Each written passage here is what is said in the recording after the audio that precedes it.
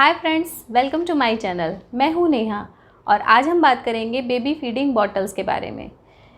तो हम सबको कभी ना कभी अपने बेबीज़ को बॉटल से इंट्रोड्यूस कराना ही पड़ता है, फिर चाहे वो डे 1 हो या कुछ मंथ्स बाद। डॉक्टर हमें सजेस्ट करते हैं कि 6 मंथ तक, एटलीस्ट हमें 6 मंथ तक बच्चे को ब्रेस्ट फीड ही देना चाहिए। लेकिन किन्हीं मॉम्स को ब्रेस्ट फीड नहीं होता है या फिर किसी और रीज़न की वजह से हमें बच्चे को बॉटल फीड देना ही पड़ता है। तो आज मैं इस वीडियो में आपको बताऊंगी कितनी तरह की मार्केट में बॉटल्स अवेलेबल हैं और उनके पॉजिटिव और नेगेटिव पॉइंट, और साथ में मैं भी ये भी बताऊंगी कि मैंने क्या चूज़ किया था अपने बच्चों के लिए। तो ये जानने के लिए मेरे इस वीडियो को लास्ट तक ज़रूर देखें और प्लीज़ मेरे वीडियो को सब्सक्राइब ज़रूर करें।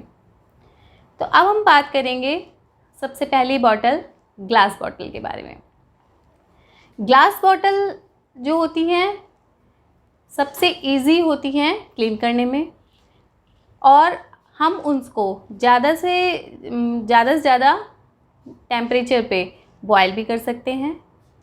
उनको मेल्ट होने का डर हमें नहीं रहता है, और जो टेस्ट और प्योरिटी होती है लिक्विड की वो मेंटेन रहती है ग्लास बॉटल में। लेकिन अगर हम इसका नेगेटिव पॉइंट देखें गाइस, तो नेगेटिव पॉइंट ये है कि हमें ज़्यादा ऑप्शन इसके मार्केट में अवेलेबल नहीं हो पाते हैं, और थोड़ा सा जब हम इसको लेते हैं या बच्चे उठाते हैं तो वेट में हैवी हो जाती हैं।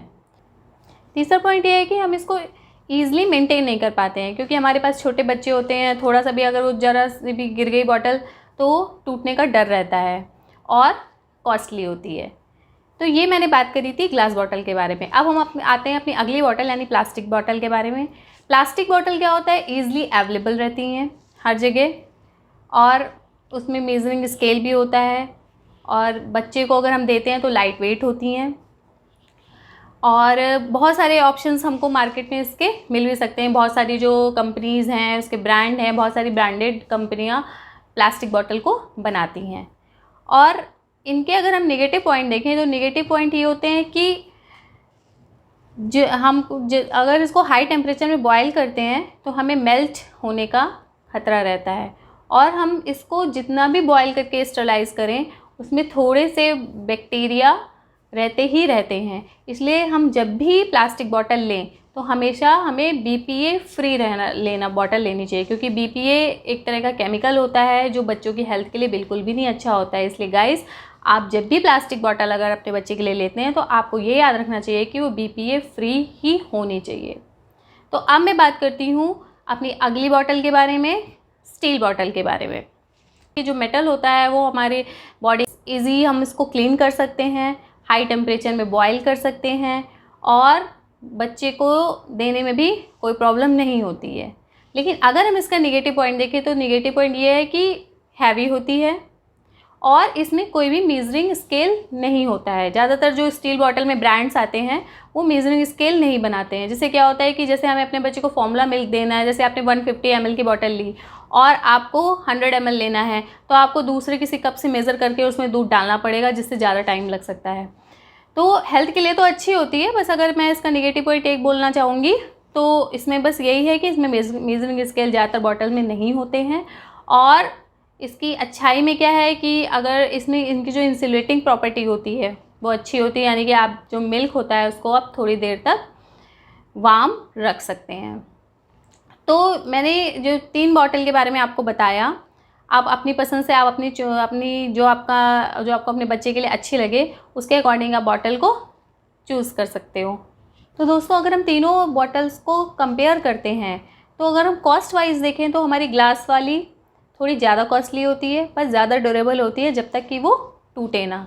उसके बाद स्टील वाली बॉटल थोड़ी बीच के रेंज में आती है, ग्लास और प्लास्टिक की बॉटल के बीच रेंज में आती है, और प्लास्टिक बॉटल जो होती है वो सस्ती आती है, जिसे हम चीप बोल सकते हैं, और हमें कई वैरायटी इसकी मिल सकती हैं।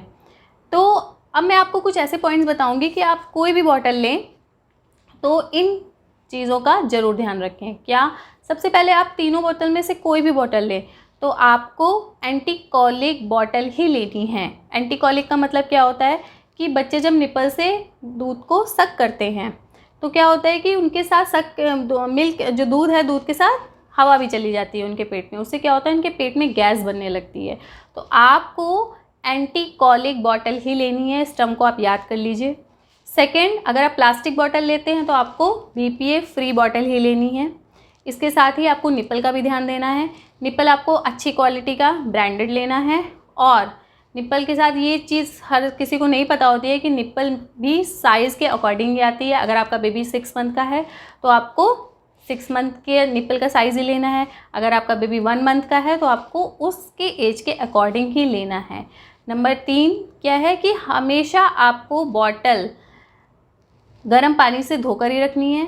आपको 2 बार से 3 बार कम से कम उसको स्टरलाइज़ करना है। स्टरलाइज़ के आप जैसे करते हो, पतीले में डालकर पानी गर्म करके बॉईल करते हो, वो ठीक है, लेकिन उसके बाद आप जितनी बार भी उसको फीड देते हो आपको गर्म पानी से बॉटल धोकर ही रखनी है।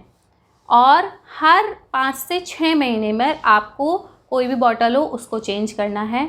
इसके साथ ही मैं अगर निप्पल की बात करूँगी तो निप्पल को आपको 2 महीने में ही चेंज करना है। तो गाइज़, ये ऐसे कुछ पॉइंट्स थे जो आपको कोई भी बॉटल लेते समय ध्यान रखना है। अब बात करती हूँ कि मैंने अपने बच्चों के लिए क्या चूज़ किया था। मैंने अपने बच्चों के लिए स्टील बॉटल ही चूज़ करी थी, क्योंकि स्टील बॉटल जैसा कि मैंने बताया कि मेटल है तो हेल्थ के लिए अच्छा होता है और उसको साफ़ करने में ज़्यादा कोई दिक्कत नहीं होती है, क्योंकि बच्चे छोटे होते हैं तो हमारा थोड़ा टाइम बच जाता है। इस वजह से मैंने अपने बच्चों के लिए स्टील बॉटल ही ली थी। मैंने आपको तीनों बॉटल के बारे में बताया। आपको जो भी बॉटल सही लगे अपनी पसंद से, अपने बेबी के लिए आपको जो भी अच्छा लगे वो आप लीजिए, लेकिन अच्छे ब्रांड की लीजिए, क्योंकि बॉटल जो है वो आपके बच्चे की हेल्थ से रिलेट करती है, इसलिए आपको बॉटल अच्छी ही लेनी चाहिए। और ये थे मेरे कुछ पॉइंट्स बॉटल के बारे में, कुछ इन्फॉर्मेशन थी। और अगर आपको मेरी इन्फॉर्मेशन अच्छी लगे तो मेरे चैनल को लाइक एंड सब्सक्राइब करते रहिए। और गाइस, ध्यान रखिए, अगर आप मुझे सब्सक्राइब एंड लाइक करते हैं तो मेरा मोटिवेशन बढ़ता है, मैं और अच्छे से अच्छे आपके लिए टॉपिक ला सकूं। इसलिए मेरे चैनल को सब्सक्राइब एंड लाइक करना ना भूलें। बाय।